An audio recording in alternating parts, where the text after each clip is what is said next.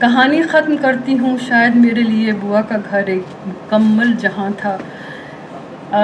میرے لیے ان کے گھر میں بہت جگہ تھی. بوا ایک عظیم ہستی تھی. اپنا فرض سمجھتی تھی کہ میں یہ کہانی لوگوں کے گوش گزار کروں اور اپنا حق ادا کروں. لیکن میں بوا کا حق ادا نہیں کر سکتی کیونکہ بوا بہت عظیم ہستی تھی. ان کا گھر ایک مکمل جہاں تھا جہاں مسرت ہی مسرت. سب سے پہلے میں سول کا شکریہ ادا کروں گی جس نے ہمیں یہاں انوائٹ کیا، اور یہ مجھے معلوم نہیں تھا کہ یہاں پہ کوئی اس طرح کی اردو لٹریچر سوسائٹی ہے. اچھا لگا دیکھ کے. حارث نے جو ہے DC9 میں جو ہے کلاسز لی تھی. اس سے پہلے اردو تو یہ بولتے ہی تھے گھر پہ، اور یہیں کی پیدائش ہے ان کی. اور پھر عقیل صاحب نے کافی ان کے ساتھ محنت کی. تو آپ لوگوں کا بہت شکریہ کہ آپ لوگوں نے یہاں پہ مدعو کیا ہمیں.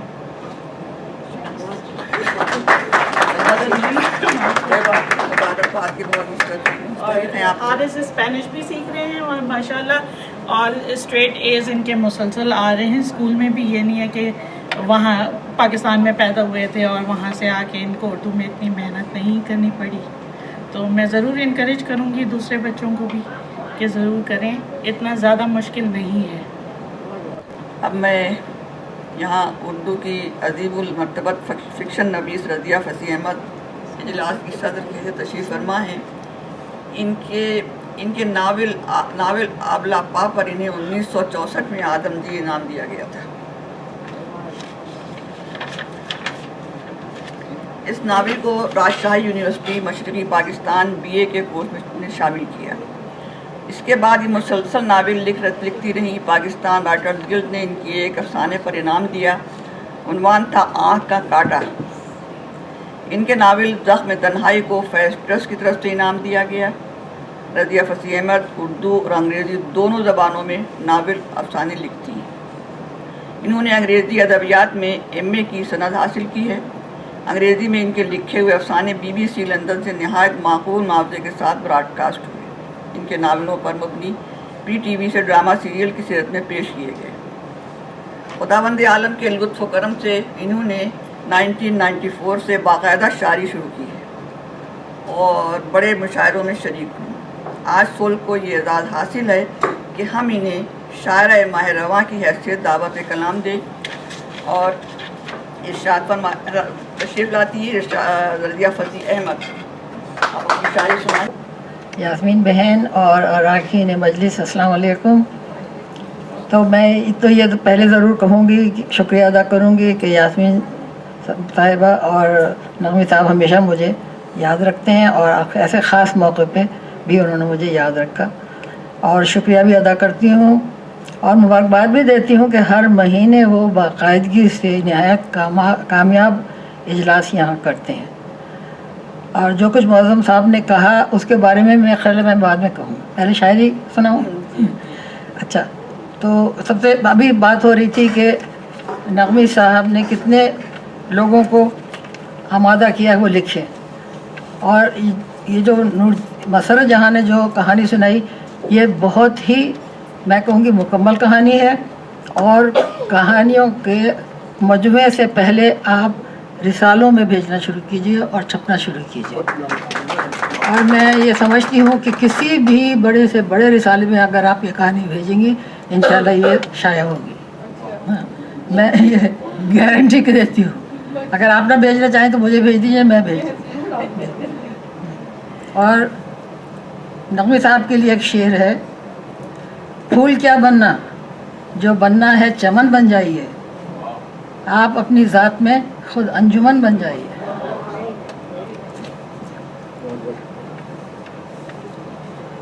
تو میں کچھ اپنے ایک آدھ شعر اور سنانا چاہتی ہوں.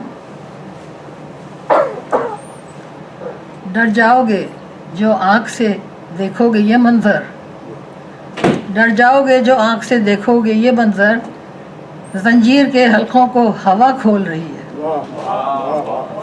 زنجیر کے حلقوں کو ہوا کھول رہی ہے.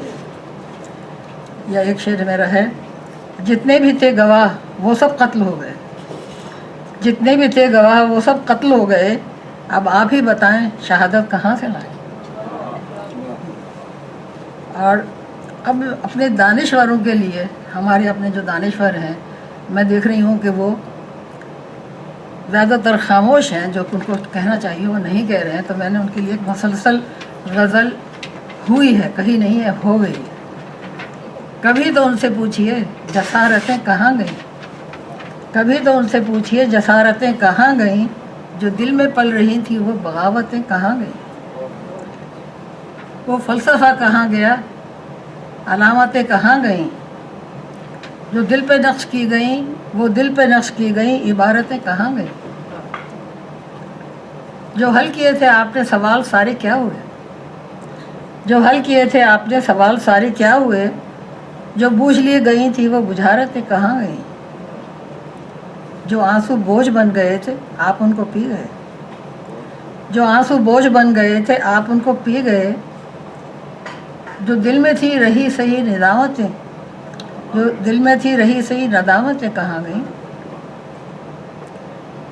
جو خواب دیکھے آپ نے وہ خواب سارے کیا ہوئے، جو خواب دیکھے آپ نے وہ خواب سارے کیا ہوئے، جو مل رہی تھی آپ کو بشارتیں کہاں گئیں، جو خواب دیکھے آپ نے وہ خواب سارے کیا ہوئے، جو مل رہی تھی آپ کو بشارتیں کہاں گئیں،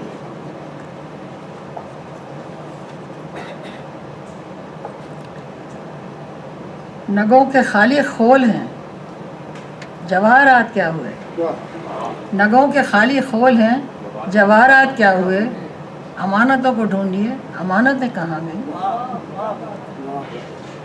وہ فلسفہ کہاں گیا، علامتیں کہاں گئیں، وہ دل پہ نقش کی گئی عبارتیں کہاں گئیں، جو آنسو بوجھ بن گئے تھے آپ ان کو پی گئے، جو دل میں تھی رہی صحیح ندامتیں کہاں گئیں۔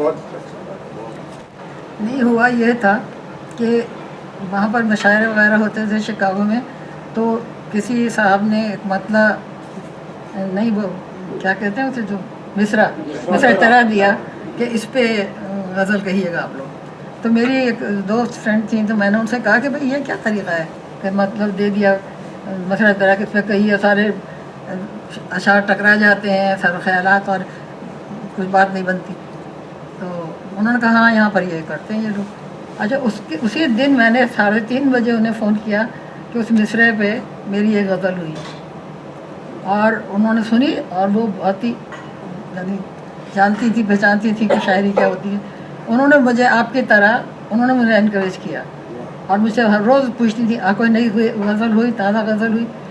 اچھا آپ کو معلوم ہے، آپ کو اندازہ ہوگا مسرت کے جب چیز آپ لکھنا شروع کرتے ہیں تو بہت زیادہ پھر آمد ہو جاتی ہے ایک دم جی، یعنی جب میں نے افسانے لکھنے شروع کیے تھے تو آپ سمجھیے کہ کوئی پرچہ ایسا نہیں تھا جیسا میرا افسانہ نہ چھپتا، اور اب جب شاعری شروع ہوئی تو وہ بھی اسی طرح کہ ہر دوسرے دن ایک غزل ہو جاتی تھی، اور وہ سنتی تھی، وہ تعریف کرتی تھی، پھر میں مشاعرے میں پڑھنے لگی، تو اب میں ایک ایسی مسلسل غزل ہی سناؤں، تو یہ خواتین سنیں ذرا۔ تو میرا کچھ بھی نہ ہو میں تیری ہر آن رہوں، تو میرا کچھ بھی نہ ہو میں تیری ہر آن رہوں، میری پہچان یہی ہو تیری پہچان رہوں، درد کے رشتے سے اظہار وفا کرتی رہوں، ہر گھڑی چاہ میں تیری میں پریشان رہوں، تو اگر ڈوبنے جائے تو بچانے کے لیے میں وفاؤں کے سمندر کی نگہبان رہوں،